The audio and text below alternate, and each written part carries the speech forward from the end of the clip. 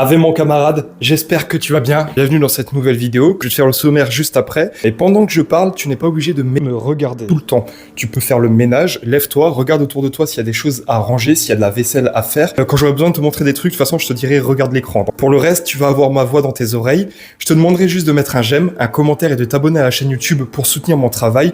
Et sans plus attendre, on commence directement. Dans cette vidéo, je vais te parler un petit peu de mon projet entrepreneurial. Je tente d'ouvrir une entreprise. Je vais bientôt t'en parler plus sérieusement sur la chaîne. Je suis soumis à des contraintes de temps actuellement. Je vais te parler de mon travail, celui que je t'avais parlé dans l'une des précédentes vidéos quand j'étais à l'usine et que je travaillais à la chaîne. Je vais te parler d'un projet que j'ai concernant le Luxembourg. Je vais t'expliquer comment je me suis organisé. On fera un petit crochet sur la jeunesse et la vieillesse mentale. Des gens que j'ai pu rencontrer dans ma vie, j'ai pu voir qu'il y avait des vieux qui étaient très jeunes dans leur tête et des jeunes qui étaient très vieux. On va essayer de mettre ça un peu au clair et de se donner quelques exercices pour cultiver une jeunesse mentale. Et on conclura cette vidéo sur le fait de donner un sens à sa vie. Selon moi, à notre époque, un jeune blanc français 2026, le meilleur sens qu'il puisse donner à sa vie, c'est de créer une nouvelle civilisation. On parle de ça en fin de vidéo. On va d'abord parler de mon travail à l'usine. Donc mon camarade, comme je t'ai dit, j'étais promu esclave en intérim. J'avais des contrats à la semaine. À un moment vers la fin, ils étaient plus sérieux. Ils me faisaient des contrats à la journée. Il y a même un jour, je suis allé au travail, j'ai commencé à travailler pendant 2 heures. Ils viennent me voir, ils me disent, mais en fait, il n'y a pas de contrat. Donc, rentre chez toi, quoi. En toute amicalité, hein. Moi, j'aurais dit que s'ils avaient besoin, ils me rappelaient. Ils l'ont fait. Plus tard, j'ai eu du travail. Mais ça commençait un petit peu à battre de l'aile niveau production. Et de toute manière, le cadre de travail là-bas, il commençait à me saouler. Moi, je m'étais dit une chose, c'est quand je rentre dans ce travail-là, dès que ça me saoule, dès que j'en ai marre, j'écoute ma voix et je me barre. Et ça, c'est un truc important, mon camarade. Écouter sa voix intérieure. Je vais te donner 2 exemples dans lesquels j'ai écouté ma voix intérieure et j'ai été très fier de moi. Quand je travaillais en bâtiment, ça faisait quelques mois, peut-être 5-6 mois que j'étais dedans. À un moment, je rencontre un gars qui s'appelle comme moi. Je parle à voix haute de mes projets, que je veux arrêter ce travail-là, partir voyager, faire mes trucs. Et ce gars-là, il se permet de venir vers moi et de me dire, d'ailleurs, il s'appelait comme moi, William. Ne remets pas ça à demain. Fais-le tout de suite. Si t'as un projet, écoute-toi. Moi, j'ai bientôt la quarantaine. Je me suis jamais écouté dans la vie et aujourd'hui, je le regrette. Fais-le. Ça corrobore un autre truc qu'un de mes collègues m'expliquait qu'il avait commencé le bâtiment pour faire un petit peu d'argent et prendre soin de sa famille et créer quelque chose. Et ça faisait toute sa vie qu'il avait fini dedans. Il s'était détruit le dos. Il était complètement fini à l'alcool. J'ai eu ces exemples-là qui me disaient justement de m'écouter et de pas rester là, de pas rester spectateur de ma propre vie et oser agir. Et c'est ce que j'ai fait. Je me suis barré avant que ça fasse 1 an dans le bâtiment. J'ai quitté mon entreprise pour ça, pour partir, pour m'écouter, pour faire ce que j'avais à faire, par peur de rester bloqué dans une situation qui me plaisait pas du tout, parce que je travaillais pour l'argent, j'avais le même motif que ces gars-là, tu vois, et je voulais pas finir comme eux. Ils ont été suffisamment sages de me prévenir, et j'ai eu, on va dire, la force de caractère de m'écouter. Malgré la peur de perdre le travail, de perdre l'argent et les revenus, je me suis écouté et je suis parti. Donc là, c'était pareil. Je me suis dit, dès que j'en ai marre, je me casse, j'en ai eu marre, je me suis cassé. Je les ai juste pas rappelés, parce qu'en fait, c'est des contrats à la semaine. J'ai fait mon contrat jusqu'au bout, et juste, j'ai pas repris de contact. Avant de parler de mon projet d'entreprise, mon camarade, je vais te parler du projet Luxembourg. Il y a pas si longtemps, il y a la sœur de la petite amie de mon père qui est venue à la maison. Elle m'a expliqué qu'elle travaillait au Luxembourg, qu'elle gagnait bien sa vie là-bas, que même c'était ouvert aux opportunités. Et moi, j'avais déjà cette envie parce que, encore une fois, les anciens m'ont dit faut travailler à la frontière, faut travailler en Allemagne, faut travailler en Suisse, faut travailler en Luxembourg, comme les gars en bâtiment avec qui je travaillais à l'époque. Je me suis dit, je vais essayer d'écouter les bons conseils, moi, et de les appliquer pour de vrai dans la vraie vie. Donc, je me suis fait un fichier sur mon téléphone. J'ai fait toutes les adresses d'intérim, j'ai fait plein de trucs de travail, j'ai fait même des adresses de casting de mannequinat. Je vais pas me la péter, camarade, mais on me dit souvent que je devrais en faire et depuis très longtemps. Donc, encore une fois, je vais écouter le conseil et je vais aller voir. Je vais toquer aux adresses et je vais faire des castings. J'ai rien à voir avec ce milieu-là. Donc, moi, je vais totalement découvrir. Je te tiendrai au courant de comment ça se passe. Je posterai certainement mes aventures quotidiennes sur TikTok. Donc, n'hésite pas à me suivre. Le lien s'affiche sur ton écran. Je vais essayer de trouver du travail en intérim, dans la vente, dans le bâtiment. Je vais aller là-bas et je vais tenter ma chance. En fait, j'attendais juste de recevoir mon argent parce que j'étais en négatif, mon camarade. J'ai été payé. J'ai eu quelques milliers d'euros. J'ai directement tout réinvesti. Je voulais investir dans la bourse sur Rockstar, donc Tech2 Interactif. Je voulais investir dans la bourse sur OpenAI. Je l'ai pas encore fait parce que du coup j'ai dû faire mon budget et diviser toutes mes parts. Ensuite, l'autre part de l'argent, il a été investi justement dans ce projet entrepreneurial que je te parle. C'est le projet Peace Band.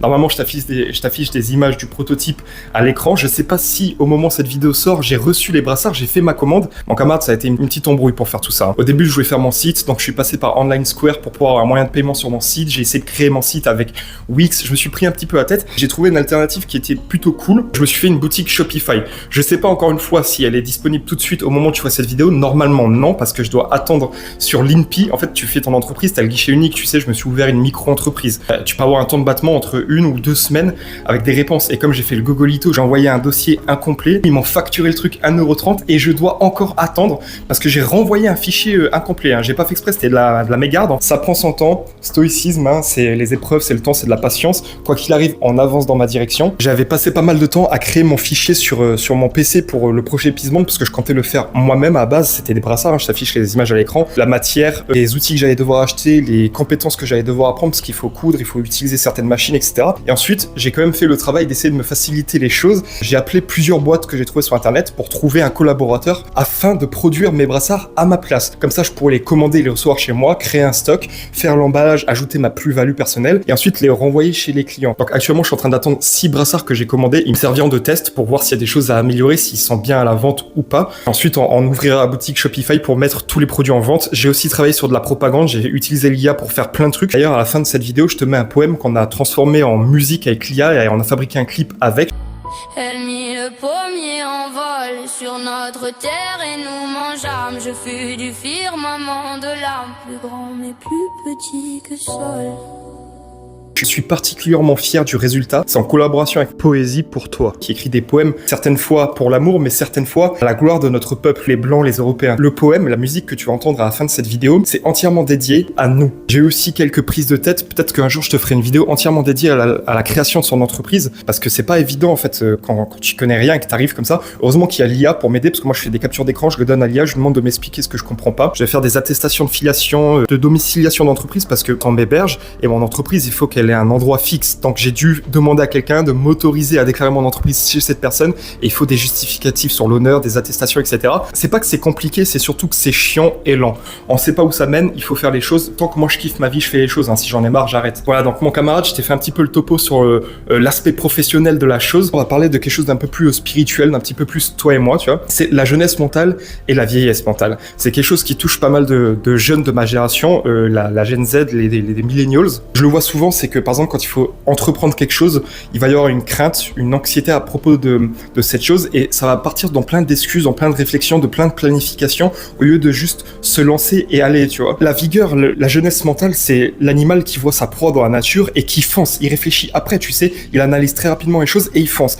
Et notre jeunesse à nous, elle a tendance à trop rester enfermée chez elle, vraiment en vie de manière complètement artificielle. La vie moyenne d'un Français de notre époque, dans la vingtaine actuellement, le week-end, drogue, femme, s'il a de la chance, hein, parce que c'est pas accès à tout le monde, boîte de nuit, alcool, tu vois, ou amis, jouer aux jeux vidéo. Le reste de la semaine, c'est métro, boulot, dodo. À l'école, on t'a jamais appris rien, on t'a jamais appris à survivre, à faire la cuisine, on t'a jamais appris à créer une entreprise. Tout l'aspect civique de notre société, on nous a pas appris les bonnes manières. Bref, on nous a pas appris grand chose. On a fait surtout une fabrique de débiles. Quand tu sors de l'école, t'es pas forcément aidé. T'étais déjà dans un environnement qui était défavorable à toi. Et en gros, quand tu sors, en fait, tu trouves ton intérim, ton CDD à la con. Métro, boulot, dodo durant la semaine. Le soir, quand tu rentres chez toi, t'as peut-être un Uber Eats, peut-être de la malbouffe, parce que la plupart d'entre nous, on n'a même pas appris à cuisiner. Tu sais, nos parents, ils ont pas transmis les choses correctement. Même l'école n'a pas fait son travail. Donc, ça bouffe un peu de la merde. On n'est pas très éduqué sur ce qu'on mange. On regarde des séries, on joue à des jeux vidéo au lieu de créer quelque chose, au lieu d'entreprendre, au lieu de travailler sur soi. On fuit, en fait, notre réalité, tu vois. Et je te jette pas à pierre, mon camarade. Moi, je fume, tu vois. Je fuis aussi ma réalité, mais je me fais le mal pour essayer de fabriquer des choses à côté,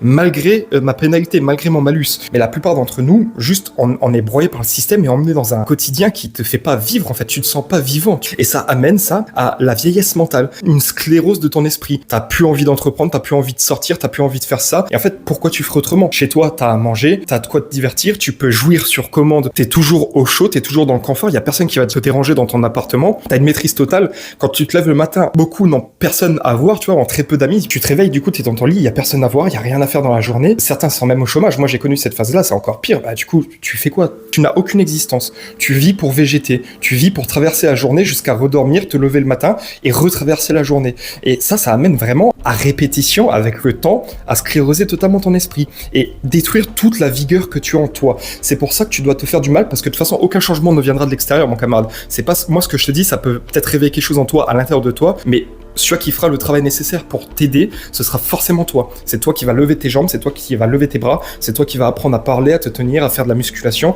à prendre soin de ton environnement autour de toi. C'est toi qui vas commencer à sortir dehors, à essayer de parler aux gens, à essayer de te sociabiliser. C'est toi qui le feras. Il n'y a que toi qui peux le faire. J'ai l'ordre à l'intérieur de ma tête, donc j'accepte le chaos à l'extérieur. J'aime bien que d'une minute à l'autre, on peut changer toute la soirée, tu vois, qu'il y a une personne qui vient, qu'il y a une personne qui parte, qu'on forme un groupe, qu'on se casse. Et il y a pas mal de gens qui peuvent être, qui ont besoin de plus de stabilité, tu sais. Et honnêtement, je trouve ça dommage parce que ça enlève le piment à la vie. Il faut toujours se demander, pour être épanoui, pour être heureux, pour se développer, comment on faisait à l'époque pour survivre. Parce que suivre le schéma de la survie de l'époque, dans une société comme la nôtre où ça nous est plus imposé de survivre, c'est refaire le chemin du bonheur en fait, parce que tu satisfais ton cerveau dans tout ce qu'il te demande pour survivre. C'est pour ça que tu as un plaisir immense quand tu manges, quand tu baises, quand tu te reposes, tu sais, même quand tu partages des câlins avec des gens ou des bons moments avec des amis, plaisir parce que ça favorise ta survie en fait. Dans nos sociétés actuelles, c'est un petit peu perverti parce qu'on vit plus comme à l'époque. Le meilleur moyen pour toi de redynamiser ton esprit, c'est de redynamiser ton corps. Commence par faire du sport, commence par ordonner autour de toi les choses. Tu fais ton lit, tu commences à instaurer une petite discipline et chaque jour dans la journée, essaie de trouver un nouveau rituel qui va t'améliorer, tu vois, qui va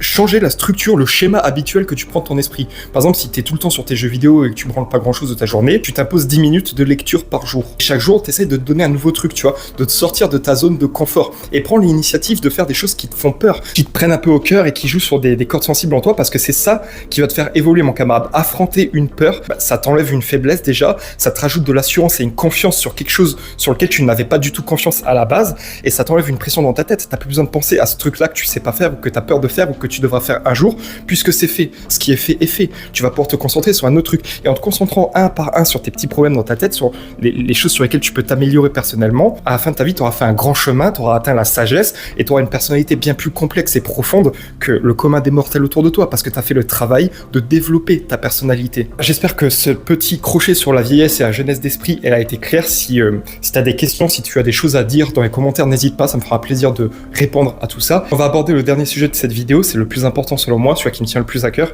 c'est donner un sens à sa vie, créer un nouveau peuple. Pour moi, le meilleur moyen de donner un sens à la vie, c'est de créer une nouvelle civilisation. Je m'explique. On est surtout dépositaire d'une culture, parce qu'on cherche à faire revivre les cultes de nos ancêtres. On essaye de se documenter historiquement sur comment ils pratiquaient les choses pour les reproduire.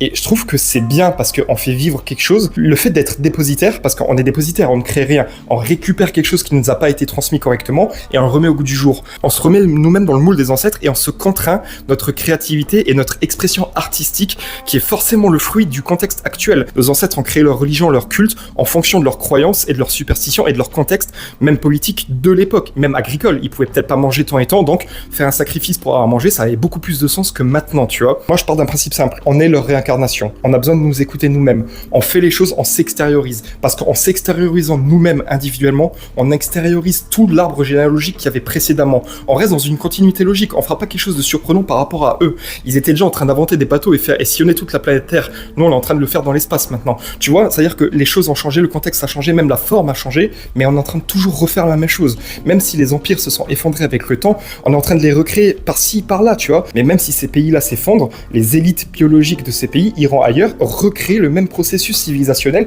et repartir de zéro. Et moi, ce que je préconise pour mes jeunes Français, ceux qui nous écoutent là, c'est de pas attendre que tout ça passe, tu vois. C'est de chercher à redonner l'élan, un élan de responsabilité à l'individu. On a la charge individuelle chacun de créer quelque chose, de l'imposer aux autres et de le faire émerger de nulle part. Le meilleur moyen d'avoir cette cohésion nationale, tu sais, ce récit national, que ce soit sur l'aspect religieux, politique, la camaraderie et même culturel, c'est de chercher à créer une nouvelle culture commune. On va leur demander individuellement comment tu vois la chose et viens, aide-moi à créer cette chose. C'est pour ça sur ma chaîne, mon camarade, que j'essaie de créer ma culture. T'as vu le logo que j'ai fait, le drapeau, il y a certaines vidéos qui partagent des idées, des sentiments, une sorte de mythologie. Même dans ma musique, parfois, j'essaie de créer ma culture. La Sophia, c'est le drapeau que je t'affiche ici. C'est un truc que j'ai fabriqué moi-même et je suis très investi dedans parce que c'est un élan créatif, tu vois. Toute l'implication personnelle, émotionnelle, mentale qu'il y a dans le fait de la création et de la nouveauté, il est tellement différent de celui-là d'être dépositaire que pour moi, ce sera un game changer pour tout notre milieu nationaliste NS de viser à créer quelque chose de nouveau. C'est l'étape numéro 1 qu'on doit faire, tu vois. C'est créer un nous. C'est-à-dire qu'il y a moi, il y a toi, il y a eux et on est ensemble. Et ensemble, on produit de la culture pour ces gens-là, pour cette idée-là, pour cet idéal-là. Fais selon tes moyens, fais selon tes compétences, mais crée de la culture. Quand on parle de bien en toi ou quand on parle de mal en toi, quand on déteste ta culture ou qu'on l'aime, le temps qu'elle est là, qu'elle est imposée à tout le monde et que quoi qu'il arrive, les gens se plient, c'est que tu gagnes. Je fais même le lien d'une discussion que j'avais eue avec un camarade où il m'expliquait qu'il faut se cacher, tu vois, il faut avoir peur du gouvernement parce que nous, on peut peut-être nier, peut-être certains faits historiques, peut-être valoriser des choses qu'on nous a vendues peut-être comme étant les mauvaises parties de l'histoire, tu vois. On a un peu une façon de penser complètement différente qui n'est pas adaptée à la société. Ça amène beaucoup de camarades à vivre en n'assumant pas qui ils sont, en n'assumant pas leurs idées. Et mon camarade, tu acceptes la réalité des autres et tu te fais écraser par la réalité des autres. Si toi tu penses que tu penses, t'es pas une mauvaise personne. Enfin, t'es pas en train de te dire chaque jour, je suis un démon, je vais nier ça, je vais dire que lui c'était gentil. Tu le fais parce que dans ta tête, après mûre réflexion, après documentation, t'en es arrivé à la conclusion que peut-être l'histoire n'est pas aussi noire ou blanche qu'on nous l'a vendue et que peut-être ce serait plus intelligent d'explorer des nouvelles idées. Défendre la vérité, c'est juste. Si tu te bats pour la justice, tu dois pas avoir peur, tu dois pas avoir honte. Parce que dans ta tête, les autres se trompent. Ils sont pas inférieurs, ils sont pas bêtes, ils sont juste pas documentés comme toi tu es documenté. Et peut-être que même toi tu te trompes, comme eux ils se trompent, tu vois.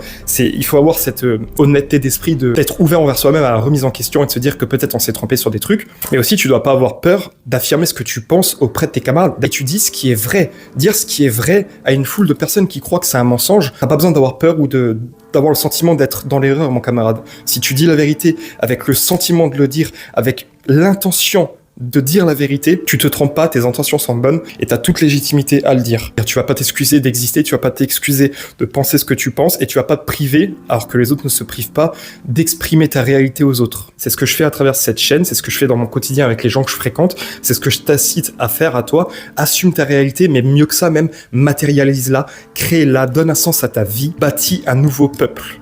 Et ça passe par se bâtir soi-même d'abord son corps, même mentalement, que tu puisses gérer tout ça et que tu puisses affronter la charge de travail que ça nécessite. Quoi qu'il arrive, mon camarade, ça se fera jamais tout seul. Moi, je pourrais pas le faire seul, tu pourras pas le faire seul, et lui là-bas, il pourra pas le faire seul. On est des êtres sociaux, on est fait pour fonctionner en équipe, c'est pour ça qu'on est tous un peu différents mais complémentaires. Donc si tu veux rejoindre l'aventure et soutenir notre projet, abonne-toi à cette chaîne YouTube, mets un j'aime, mets un commentaire, mon camarade, dis à ta maman que tu l'aimes, fais-lui des gros bisous parce que ça pourrait être la dernière fois aujourd'hui. J'espère que cette vidéo t'aura plu, j'espère que t'auras fait quelque chose de bien pour toi, que c'est propre autour de toi et que tu es fier.